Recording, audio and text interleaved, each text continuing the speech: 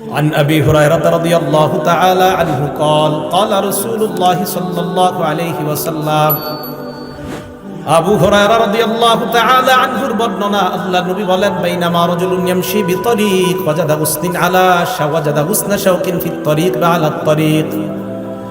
নবীজি বলেন, এক ব্যক্তি রাস্তা দিয়ে হাঁটতেছে, হাঁটতে হাঁটতে হঠাৎ একটা কাঁটাযুক্ত ডাল পেয়ে যায়। কাঁটাযুক্ত ডাল পাওয়ার পর ফাখরাহু, এই মনে করে কাঁটাযুক্ত ডালটা রাস্তা থেকে সরায়া দেয়, কোনো মুসলমান এই ডালের মধ্যে পড়ে আঘাত পেতে পারে, কোনো মানুষ কষ্ট পেতে পারে।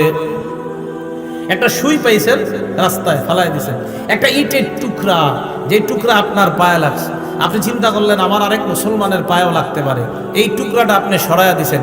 একটা কলার সিলকা, এটাতে আপনি পিছলা খেয়েছেন, আপনি চিন্তা করলেন আমার আরেক মুসলমান ভাইও এই সমস্যায় পড়তে পারে, আপনি সরাইয়া দিলেন। আল্লাহ নবী বলেন, ফাশাকারাল্লাহ, আল্লাহ আপনার এই আমলটা এত কবুল করে নেয়, আল্লাহ আপনার প্রতি সন্তুষ্ট হয়ে যায়।